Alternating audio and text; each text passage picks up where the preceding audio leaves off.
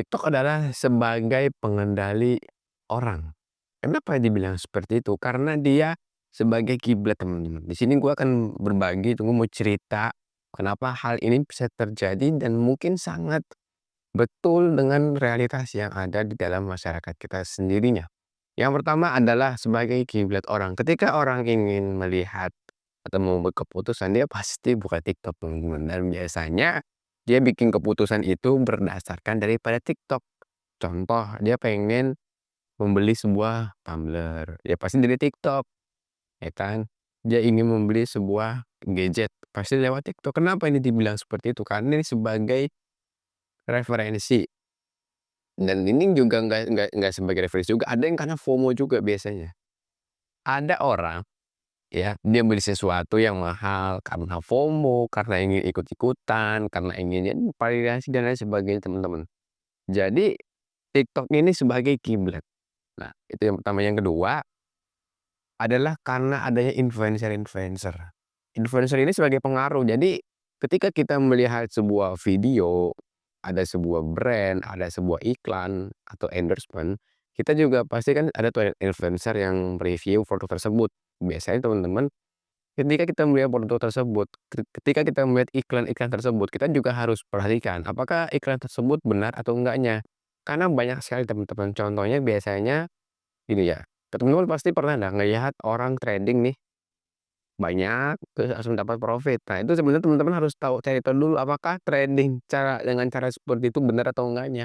Karena gini ya, yang gua tahu trading yang benar itu trading yang cukup satu kali aja open posisinya. Ini gua nggak cerita trading sebagai contoh, karena gue juga belajar trading, gua telusurin dan memang cara-cara seperti ini harus teman-teman, hindari, nggak boleh. Itu contohnya sebagai trading. Nah, yang kedua biasanya ada YouTuber-YouTuber yang ingin dia buka kelas, ya kan, biasanya ini penipuan-penipuan seperti itu, dia buka kelas, terus tiba-tiba kita join kelas tersebut, terus tiba-tiba dia nggak pasti nggak jelas, dan ini banyak sekali, teman-teman. Jadi ketika kita melihat sebuah informasi, ketika kita melihat sebuah informasi-informasi yang mungkin terlihat yang bagus, tapi kita harus bayar, itu teman-teman harus hati-hati. Kenapa? Karena dengan hal-hal seperti ini kita takut terjebak, ya. Nah, di sini gua akan cari tahu nih bagaimana kita nggak terjebak dengan hal-hal seperti ini. Nah, yang pertama biasanya teman-teman harus cek validasi dulu. Karena di TikTok itu banyak banget buzzer atau akun-akun yang memang itu dikontrol oleh pihak-pihak lain dengan tujuan-tujuan tertentu. Jadi teman-teman kita kadang, agak susah ya, mana akun yang benar-benar akun original, akun orang, mana akun-akun yang memang itu dikendalikan oleh buzzer. Biasanya teman-teman ketika ada berita yang lagi rame, pasti ada berita lagi yang akan naik. Misalnya berita A nih lagi rame, terus berita B akan naik lagi, itu biasanya seperti itu polanya.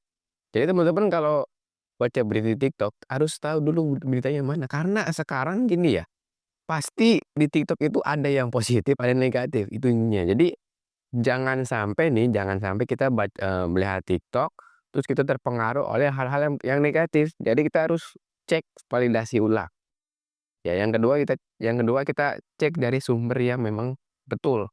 Biasanya dari media-media yang sudah terverifikasi, misalnya kompas.com, terus ada Tribun News dan lain sebagainya. Kenapa ini harus dicek validasinya? Karena banyak sekali akun-akun yang memang dia akun yang bukan akun-akun media berita, dia nyebarkan berita. Kalau itu bener nggak masalah, teman-teman.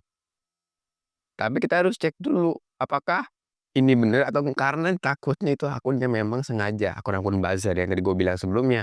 Dan gue pernah loh melihat hal-hal atau enggak fenomena-fenomena seperti ini karena gue orang media dan sudah paham.